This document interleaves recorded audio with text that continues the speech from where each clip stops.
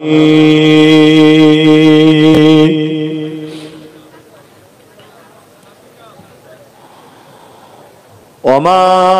خلقت الجن والإنس إلا ليعبدون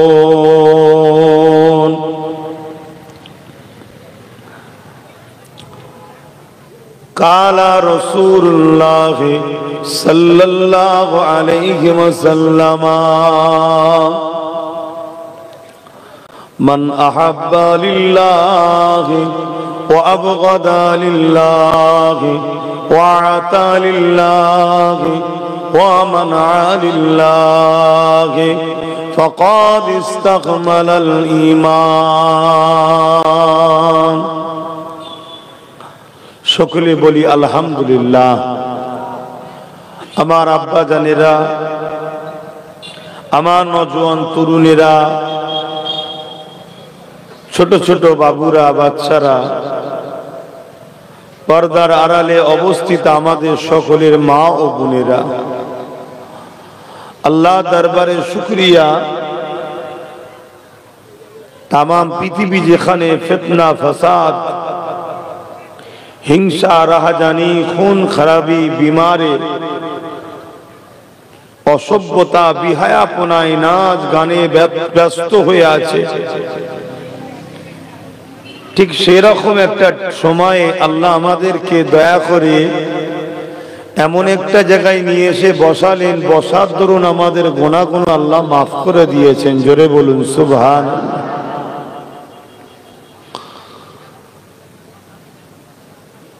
এটা এমন একটা সত্য কথা যে আমরা এই দুনিয়ায় কিন্তু কেউ চিরস্থায়ী নয়, ঠিক তেমনই একটা সত্য কথা মৃত্যুর পরে কিন্তু আবার উঠানো হবে।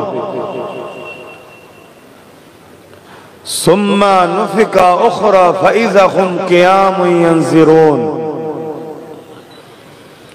ময়দানে মাহশর যেটা হবে সেদিন আমাদেরকে উঠানো হবে। সেই দিনে কিন্তু আল্লাহ আমাদের হিসাব নেবে।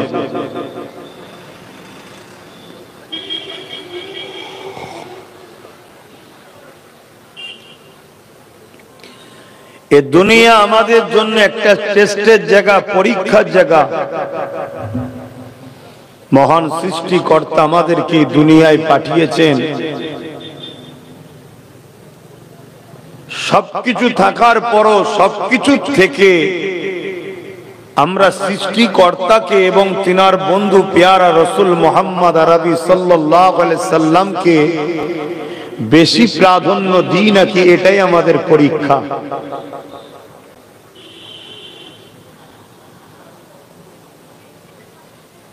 আবার নতুন করে আরো একটা জ্বালা মুসিবত আমাদের দিকে ধেয়ে আসছে। ইসলাম বিদ্বেষীদের চরম একটা হিংসাত্মক মনোভাব আমাদের উপরে যেন দিনকে দিন বেড়ে চলেছে। তবে এটা সত্য কথা, এটা নতুন নয়। আমরা যেমন সোশ্যাল মিডিয়ায় বিভিন্ন জায়গায় দেখছি মুসলিম ঘরের মানুষগুলোকে ইসলামের ঘরের সন্তান বা ভাই বোনদের উপরে চারিদিকে একটা জুলুম চলছে। কেউ মসজিদকে অ্যাটাক করছে, কেউ মাদ্রাসা ভেঙে দিতে চাইছে, কেউ আল্লাহর বিরুদ্ধে, কেউ নবীর বিরুদ্ধে, নানা রকম ভাবে সবার জন্য একটা টার্গেটের কেন্দ্রবিন্দু হয়েছে ইসলাম। আর ইসলামের বিরুদ্ধে বলতে পারলেই যেন সে একটা সমাজের কাছে, ইসলাম বিদ্বেষীদের কাছে একটা হিরো। তবে আল্লাহ শুকর, আমরা ফেমাস হয়েছি কারো বিরোধী করে নয়, নিজের দিন ও নিজের নেতার প্রশংসা আলোচনা করে আমরা ফেমাস হয়েছি। জোরে বলুন সুবহানাল্লাহ। আমাদেরকে ফেমাস হওয়ার জন্য কাউকে অন্য কারোর মুখোমুখি হতে হয়নি, অন্য কারো নিয়ে সমালোচনা আলোচনা করার প্রয়োজন হয়নি। তবে এই পৃথিবীতে এক শ্রেণীর মানুষ নিজেকে ফেমাস করতে গিয়েও সেই ইসলামেরই সাহারা দরকার হচ্ছে। হয়তো বিরোধী করছে কিন্তু সাহারা ইসলামী হচ্ছে। এইরকম একটা জায়গায় আবার আমরা বেশ কিছু মানুষ এত সুন্দর একটা পরিবেশ তৈরি করে বসেছি ইসলামের পক্ষে প্রমাণ দিবার জন্য। আল্লাহ আপনাদের এই সাহসিকতা, এই ভালোবাসাকে কবুল করুন, বলুন আল্লাহুম্মা আমিন। প্রতিটা দপ্তরে, প্রতিটা জায়গায়, প্রতিটা দেশে একটা টার্গেটমূলক কাজ হচ্ছে। কিছুদিন আগে দেখছিলাম দাড়ি রাখার জন্য পরীক্ষায় বসতে পারেনি। কিছুদিন আগে দেখছিলাম হিজাব পরার জন্য স্কুলে ঢুকতে পারেনি। কিছুদিন আগে দেখছিলাম দাড়ি থাকার জন্য প্রশাসনকে হ্যারেস হতে হয়েছে। এটা কন্টিনিউ যেন একটা চলে আসছে। তবে মনে রাখবেন, এত কিছু ডিস্টার্বের মধ্যে দিয়েও পুরো পৃথিবী জুড়ে সব থেকে দ্রুত মানুষ যে ধর্মের দিকে যাচ্ছে, যে ধর্মকে মানুষ অ্যাকসেপ্ট করছে, মন দিয়ে শুনবেন, এত বাধা। নামের আগে মোহাম্মদ থাকার জন্য চাকরির কাগজকে সাইড করে দেওয়া হয়।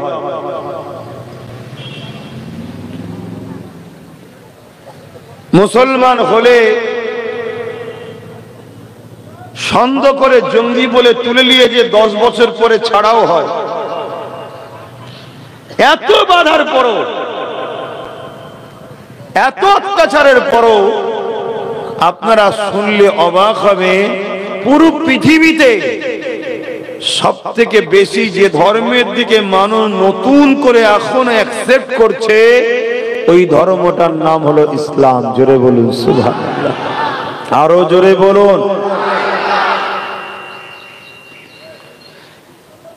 সব থেকে বড় যদি ইসলামের দুশ্মন রাষ্ট্র হয়, আমরা সবাই জানি আমেরিকা, ব্রিটেন, ফ্রান্স, চায়না।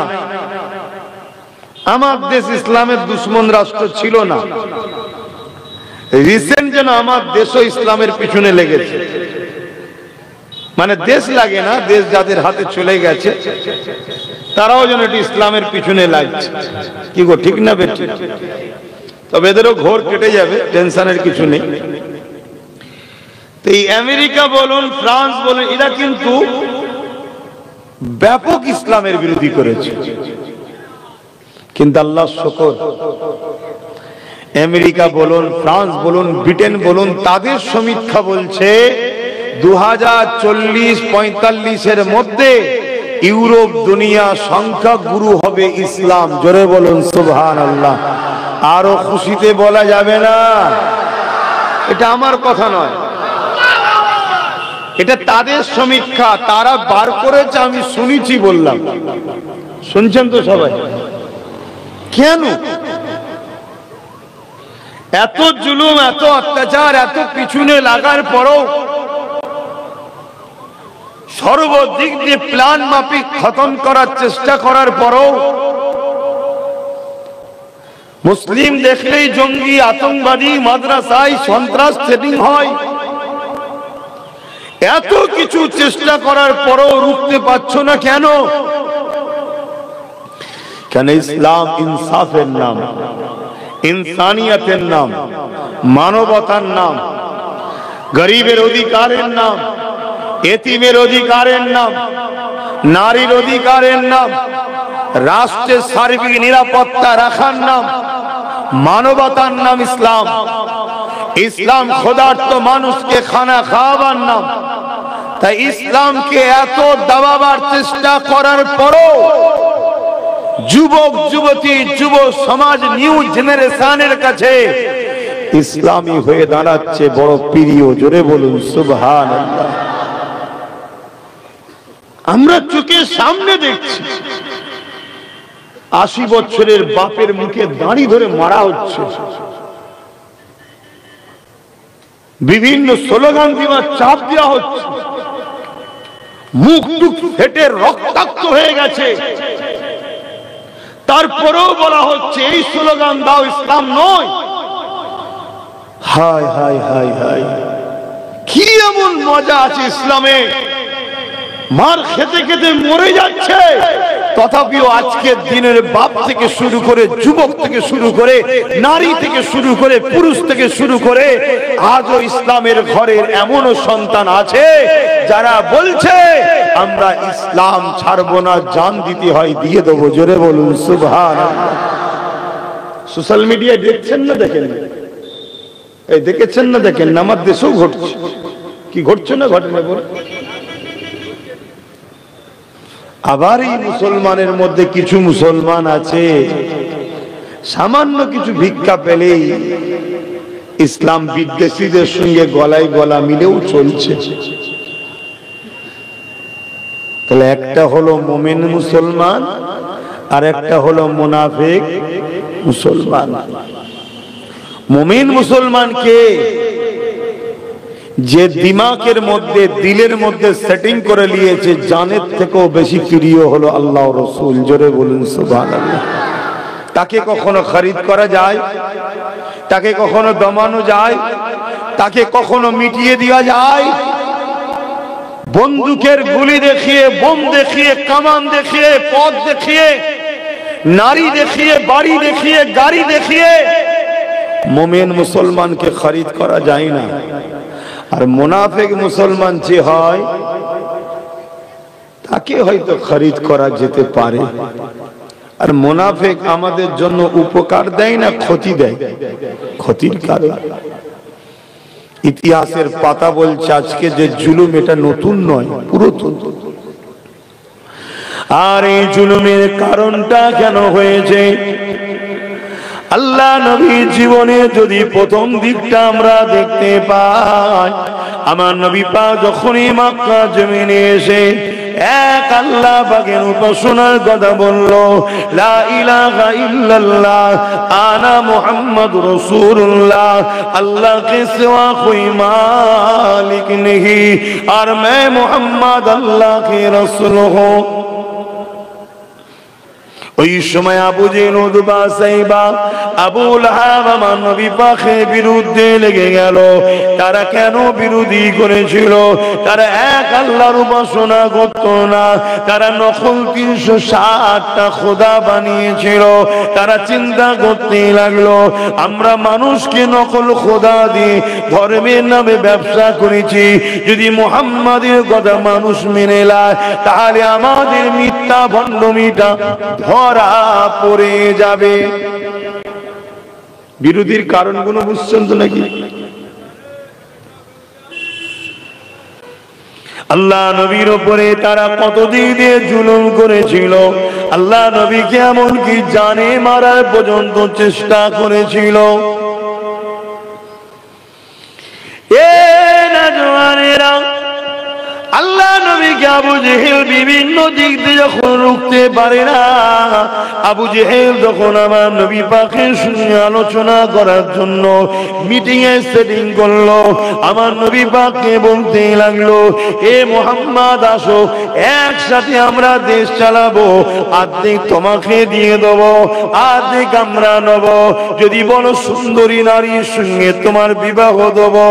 আল্লাহ নবী বলেছিল, এ আবু জেহেল, আকাশের চাঁদ যদি এনে আমার হাতে দাও, পুরো পৃথিবী যদি আমার নামে লিখে দাও, তথাপিও তোমার কথা মানব না, কেননা মালিক হলো একজন, তিনি হলেন আল্লাহ পাক।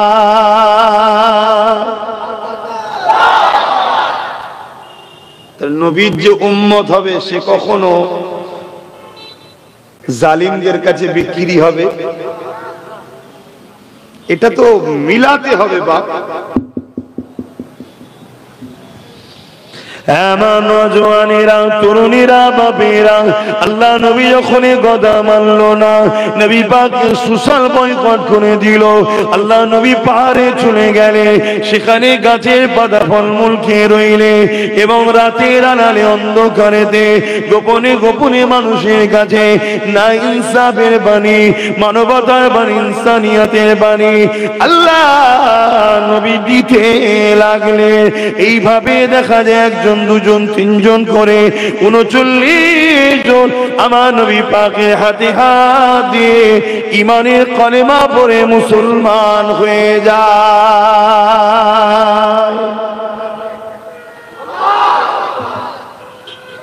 আল্লাহু আকবার। আজকে আমরা সহজ ইসলাম পেয়েছি, তাই আমাদের ছেলেদের মসজিদে গুরুত্ব নেই, মাদ্রাসালে গুরুত্ব নেই, কোরআনলে গুরুত্ব নেই, ওয়াজের মাহফিলে গুরুত্ব নেই, উলামাদের উপরে গুরুত্ব নেই। আজকে সহজ ইসলাম পাওয়াতে আমাদেরই কওমের একটা বড় অংশ ছেলে, তাদের গুরুত্ব হলো দুনিয়ার জালিম অত্যাচারী নেতাদের গুরুত্ব বেশি। কেন? সহজে পেয়েছি আমরা। কিন্তু মনে রাখবে, আল মারউ মা মান আহাব্বা, দুনিয়ায় তুমি যাকে গুরুত্ব দেবে, যার সঙ্গে ভালোবাসা রাখবে, পরকালেও কিন্তু বাপ তার সঙ্গে থাকার স্বপ্নটা রেখো। নবীর হাদিস কি চেঞ্জ হবে? হ্যাঁ, দুনিয়াদারি করতে গেলে মুসলিম হোক অমুসলিম হোক, সমাজের যারা নেতৃত্ব একে অপরে মিশবে, সব ঠিক আছে, কিন্তু ইসলামের ওপরে গুরুত্ব নয়। কথা কিছু মাথায় শুনছে? কিন্তু আমরা দেখছি আমার কওমের কিছু ছেলে ইসলামের থেকেও বেশি গুরুত্ব দিয়ে ফেলছে। এটা ধ্বংসের কারণ হবে। বাপেরা, নওজওয়ান তরুণেরা কতটা কষ্ট করে ইসলাম এসেছে দেখে।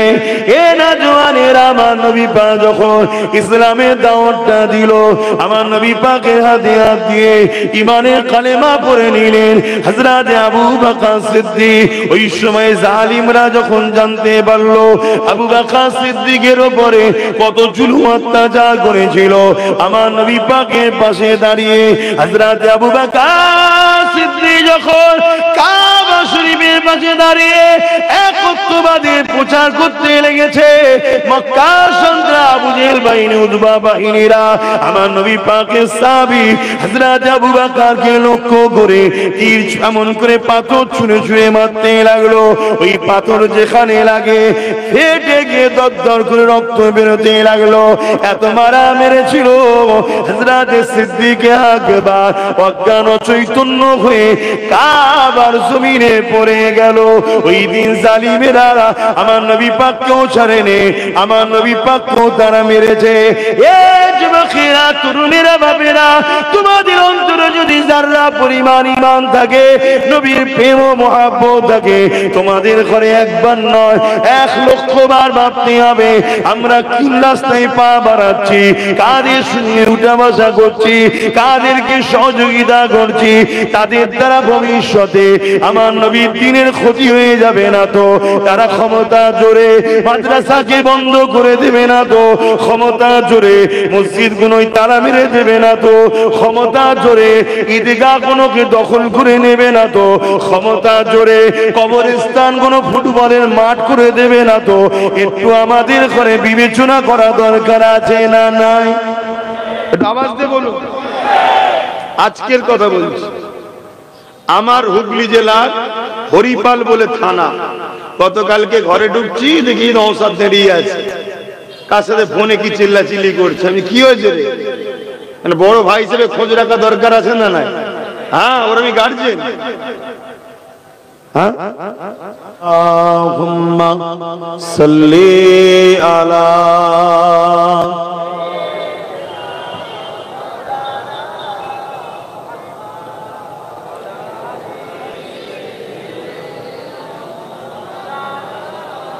বাপ জান আমার যে কথা বলছিলাম, আমি দেখি ফোনে চিল্লাছিলি, আমি কেসে চিল্লাছিলি, কি হয়েছে? ওই হরিপাল বলে একটা জায়গা আছে আমার হুগলি জেলাতে, ওখানে নাকি কবরস্থানের ওপরে মেলা করছে।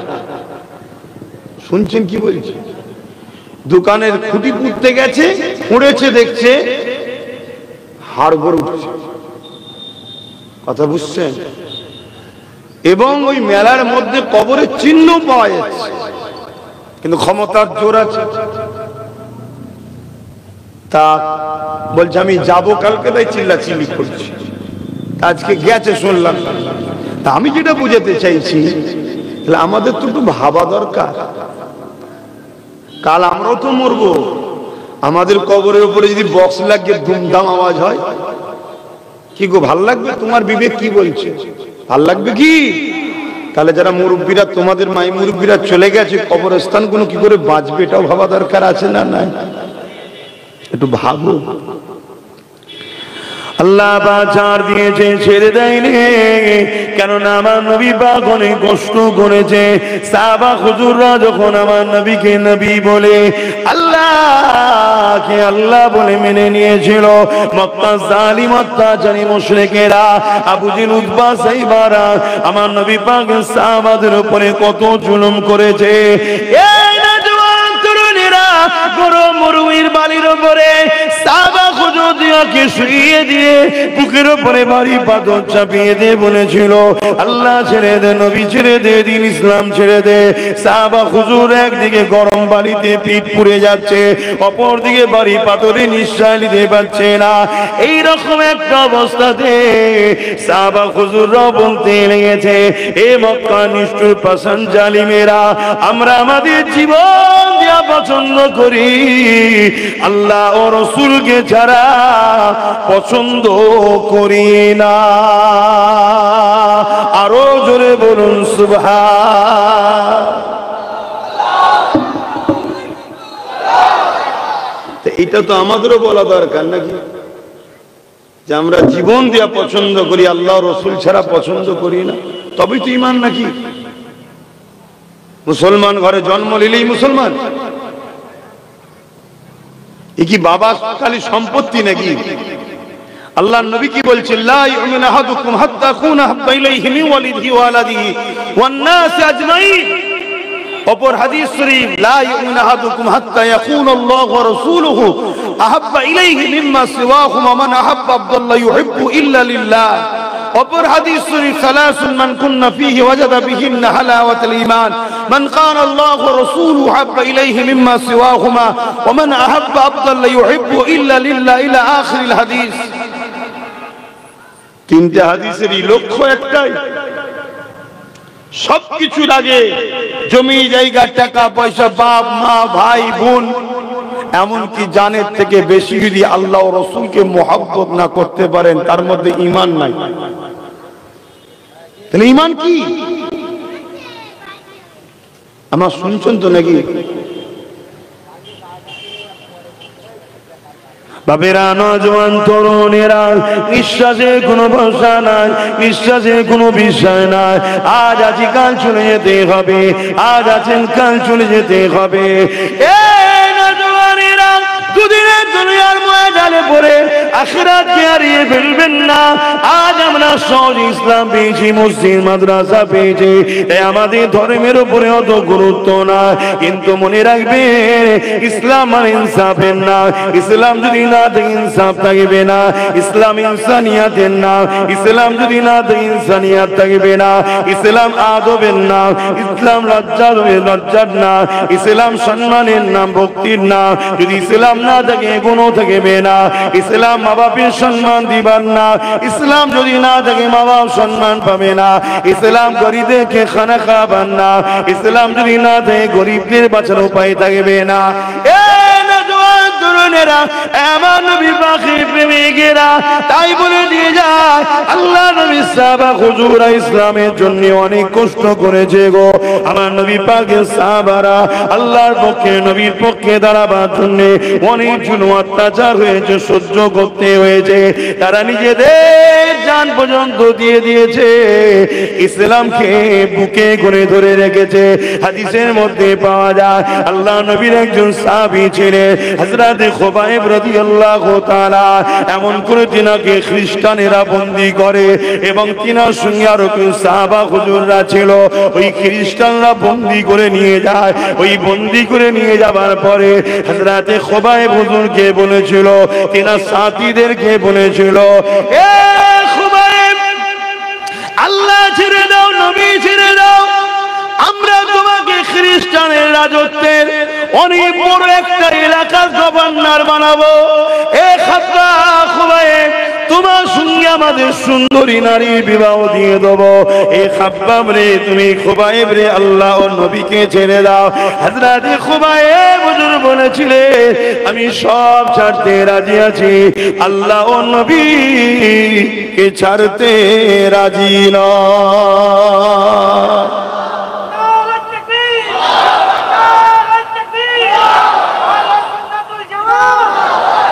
আর আজকে আমাদের অবস্থা কি? আমাদের অবস্থা কি? সবার দিন সমান যায়নি, এটা মনে রাখবেন। এই পৃথিবীতে কোনো জিনিস চিরস্থায়ী নয়, সব যাবে, কিন্তু আল্লাহকে ধরে রাখো, নবীকে ধরে রাখো। দুনিয়ায় হাজারো ষড়যন্ত্র চলছে, যেমন করে হোক উম্মতে মুহাম্মাদীকে আল্লাহ রাসূল থেকে সরাবো। প্রয়োজন হয় গানের খরচ দাও, ফাংশনের খরচ দাও, মেলার খরচ দাও, যাত্রার খরচ দাও, সিনেমার খরচ দাও, যদি চরিত্রহীন নারী নিয়ে ঘুরতে যাই তাও দাও। এদেরকে আল্লাহ রাসূল থেকে যেমন হোক করে সরাও। কেন? কেন যতদিন রাসূলের সঙ্গে জুড়ে থাকবো, ততদিন এরা আমাদের গোলাম বানাতে পারবে না। আর গোলাম যতদিন না বানাতে পারবে, এরা যে পৃথিবীর খোদা হতে চাইছে, এদের এই স্বপ্ন পূরণ জোরে বলুন হবে না। সবাইকে এরা কিনে নিয়েছে, সবাইকে খরিদ করে নিয়েছে, শুধু নবীর প্রেমিকদের এরা পারে না। তাই হাজারো চক্রান্ত চলছে, এমনও চক্রান্ত চলছে, গানে যখন আসছে না, জুয়াই যখন আসছে না, কি বলে গান, সিনেমা, যাত্রা, ফাংশন, লটারিতে যখন আসছে না, এক কাজ করো, সমাজের মধ্যে এমন উলামাদেরকে ছাড়ো যারা ঘুরতে ফিরতে আমার নবীর শানকে ছোট করবে, আলোচনার মধ্যেই নবীকে ছোট করে করে শোনাবে। কেন? নবীর বিরুদ্ধে কথা হবে, চুপ থাকলেই ঈমান চলে যাবে। শুনছেন তো নাকি?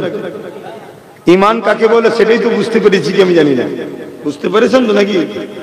নবীর বিরুদ্ধে কোন জায়গায় কথা হচ্ছে, আপনি শুনে চুপ ছিলেন, আপনার ঈমান চলে যাবে।